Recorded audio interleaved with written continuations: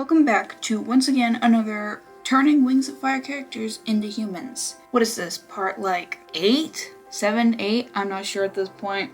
We've done a couple of them. It's been a little while. We're getting back into it. We're gonna do the Seawing royal family. As in, Tsunami's family. And I am not going to include all 32 of the brothers. That would be insane, and I would pretty much just be making 32 OCs. I do not have the brain power for that. That is way too much for my teeny tiny minuscule thoughts to process. Okay, so we're just gonna do, the relevant ones and the more semi-relevant ones with even a hint of character. We're gonna start off with the queen, Coral. Out of all the Wings of Fire human designs I've done, Coral is one of my favorites. I don't know why. There's just something about her design that just makes my brain go like, that's like nice. You know what I mean? So for the Seawing culture, they have a lot of loose clothes because ain't nobody want to go swimming in, jeans and a suit. So they're pretty much just all wearing bathing suits and, nice flowy skirts and stuff. Whatever. They're all pretty. For a while, I was thinking like, what if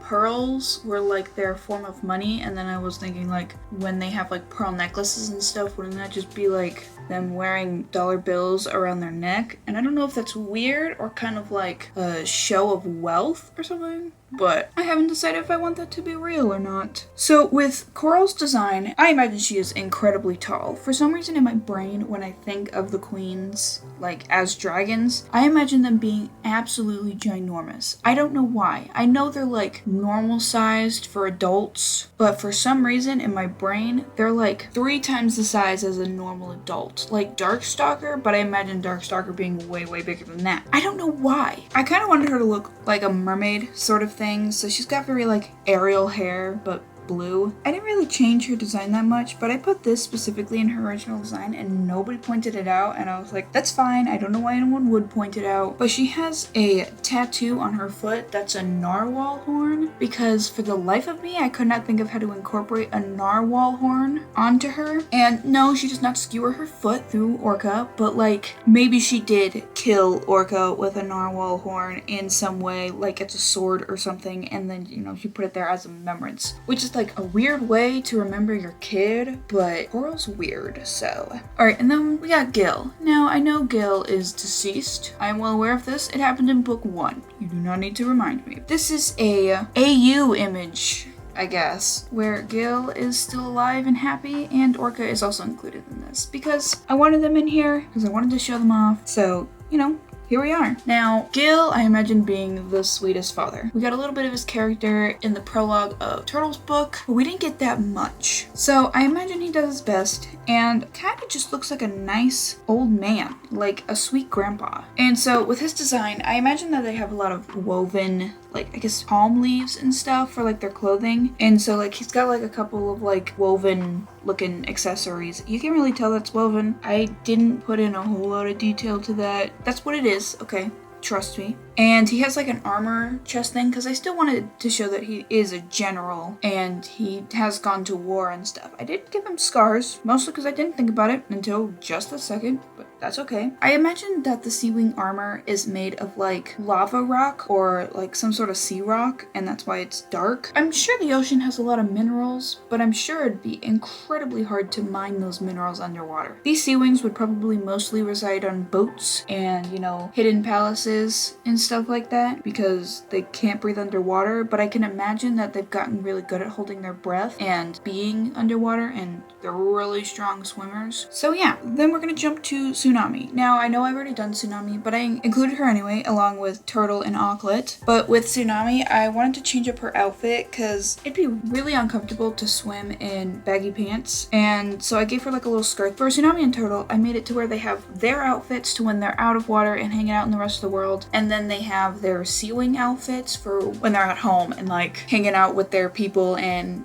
participating in the culture, pretty much. I am now realizing, looking at the final image, Tsunami had a pearl necklace on. It's no longer there. I have no idea what happened to it. but we can just look at it and be like, yeah, she's got a pearl necklace on. We're gonna use our imagination. It's gone. The ether took it, and it probably will give it back. Alright, and then Turtle, I threw a shawl over his shoulders and gave him like a little like skirt thing. I don't really know what to call this stuff. It's just like a tied up blanket, pretty much. And for the guys who, instead of having pearls around their waist, I did seashells. Mostly because I just wanted to like differentiate men and the women, sort of. And I didn't want to have pearls on literally all of them. So I a little difference. Now, Turtle and Tsunami do not have tattoos like the rest of them because I'm sticking with this. It was originally a mess up on my part of not giving Turtle tattoos because I completely forgot, but now he doesn't have tattoos because in the culture, Seawings look at each other's tattoos a sign of their personality and who they are, and he is just a shy little guy who doesn't want any attention on him, so he doesn't wear tattoos. Nobody doesn't have tattoos in the Seawing culture in my mind, so that would draw a little attention now that I'm thinking about it. He just wants to be in the background, so if someone looks at him and can't tell who he is, he's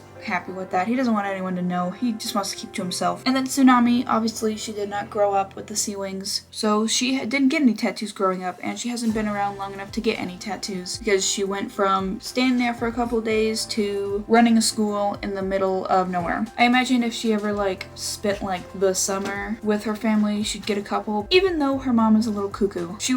I think she really enjoys being around her people, so she'd like to embrace the culture a little more. She just doesn't understand it that well. Alright, and then Auklet's exactly the same. She's just our little baby, except now she's tied to a coral and she's a little angry. And then Anemone. So I only slightly changed her design. I originally was going to make her hair a little bit more poofy, but I really like the way I did her original hair. It's just very unique from what I normally do. I know it's not that special looking, but the shape of it is not a shape I've ever done before, so I kept it. I was satisfied with it. And her outfit is just sort of meh. She is a lot paler than the rest of her family. I imagine she's sort of like an albino, and so she's just pale. She got like pink hair. She's all cute. We love our angry little girl. She looks maybe like 10 in this. It should be probably about there if we were to convert them into humans. I can't really tell. In the books, the age doesn't make any sense. 1 second, a 1-year-old is a toddler who is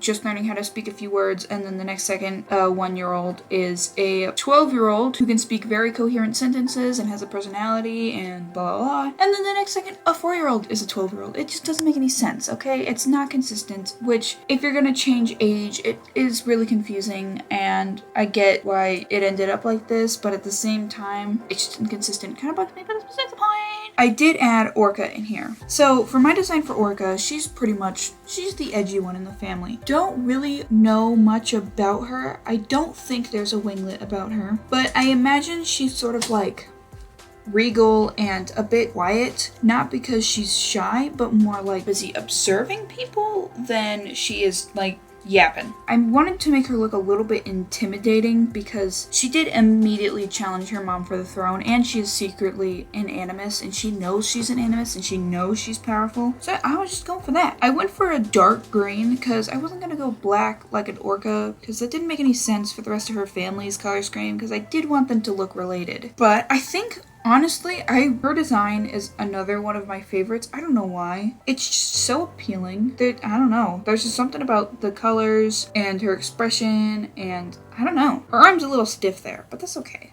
It happens. I did read a fanfiction a long time ago about Orca, and it was like her backstory and how she got to where she was, you know, getting speared and stuff. And in my opinion, I didn't like it. I don't think that's how it would have gone. And then finally I did Shark and Moray. I'll be honest, I forgot Moray's name like 50 times. I thought it was like Minnow or Mallow or something like that. And for the life of me, it took forever to find out who she was. And I know she's not that significant, but I kind of came up with like a little like something about Shark and Moray. So I imagine that Shark's wife is dead because we do never see her and she's never mentioned, so she's dead now. And so I imagine that he's a little protective of Moray, and she's not like, Dad, why are you guys so overprotective? Let me be my own Seawing.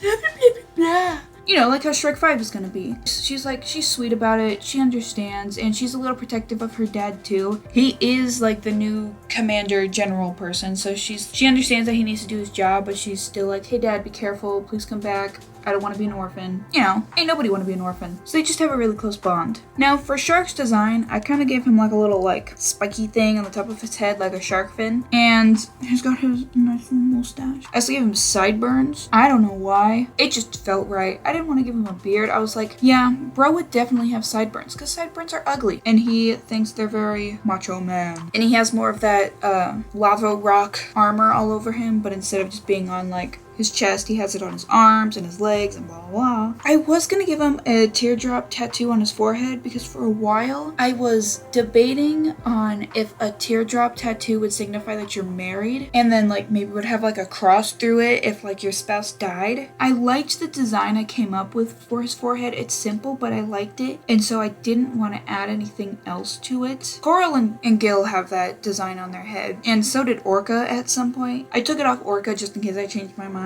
But I didn't end up sticking with it. I haven't decided what kind of tattoo they would have. Probably something like a knot over their heart or something. Because, you know, you tie the knot.